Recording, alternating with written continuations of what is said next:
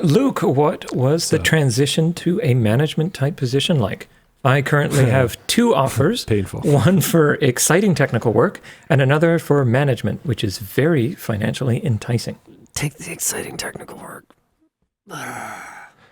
Managing people sucks. Yeah, kind of that. Think about every asshole you've ever met in your life. Now imagine that you're responsible for dealing with their bullshit.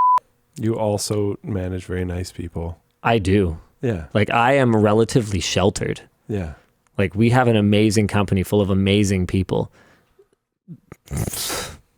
If I had to manage general population, I'd quit. Honestly. Oh, yeah, definitely. Full stop. It also hyper depends on, I'm sure, the company that you work at. I don't mind doing it here. There's places that I have worked where I would not be willing. I don't know. The reason why I said painful was because for me, I had to realize all the ways I would have hated managing myself, which was a bit of a painful experience. Yeah, a little smug over there. Because he had to do it, get wrecked. Nerd. So yeah, that kind of sucked a little bit, but it was probably good for me as a human, to be honest. Fair enough. But yeah, the actual aspect of managing, there's a lot of negatives. You have to deal with everything. If in my opinion, you're going to do it properly and not just be dead weight and yada, yada, yada, yada, then shit should roll uphill, right? So you're going to be dealing with a lot of bad and not really that much good, because most of the good is going to be claimed by your team. Yeah, you should be crediting your team, and then you should be taking responsibility when things go wrong. Yeah. So basically, they do everything good, you do everything bad. And that's I like it. Yeah. Because it means I only have to yell at one person. Yeah. Well, not Taryn, but whatever. Yeah. And that's in my opinion, that is more or less how you should do it, because and that doesn't mean you just do that infinitely. If there's one person that just literally screws up 100% of the time, then it's on you. You need to cycle that person out. It doesn't necessarily mean that person's an idiot or a loser or something. They just might not be in the correct role for them. And sometimes it does. Maybe, but I'm trying to be nice. So part of it is if you keep them in a position where they are constantly failing, you're not doing them a favor. It's actually bad for both sides, and you need to help move this process along. Which can be very challenging. It's brutal. Sometimes the business and the individuals have conflicting needs, and sometimes people don't realize what is best for them necessarily. And that doesn't mean they're idiots. It doesn't mean they're losers. It just means sometimes your nose is too close to something to see the bigger picture. It can be, people are messy, right? Just managing AI LLMs would probably be easier, even with all the hallucinations. Life is challenging. Sometimes people can change really quickly for reasons that have nothing to do with work and are not even their fault, right?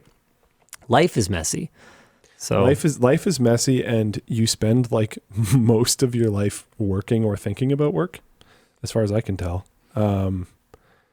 Within 8 hours a week, 5 days a week setup, with commute time and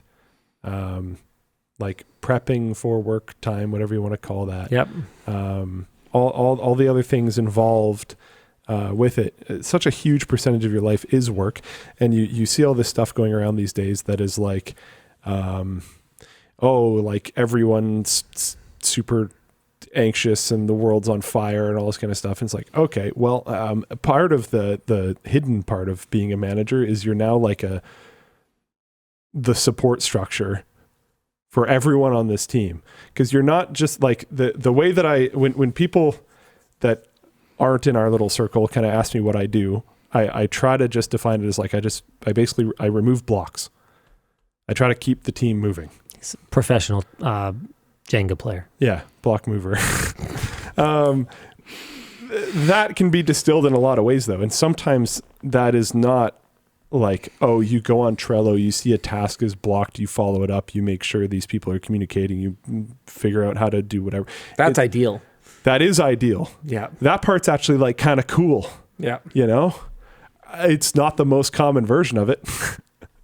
And sometimes it can be really taxing, to have your own stuff going on, and then need to help manage other people's stuff as well. I don't know. So sometimes it's really rewarding. Sometimes it's really taxing. Sometimes it's really good. Sometimes it's really bad.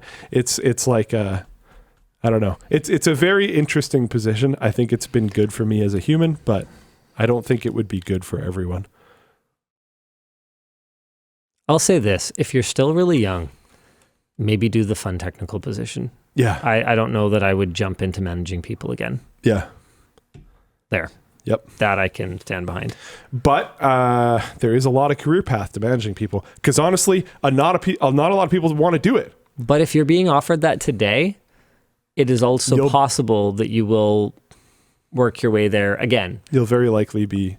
And something that you could do if you want to stay on the technical side is become like a technical lead for a small team. And if you're doing something that's really fun, because that still seems cool to and me. you have an aptitude for it, it's possible that you will end up kicking so much butt that you will not only get offered some kind of supervisory or managerial position again, but maybe an even better one. I don't know. That too. Like, I'm not familiar with your exact situation. You don't have to jump now. And everything's a gamble, right? You can never go back and take a path that you didn't take.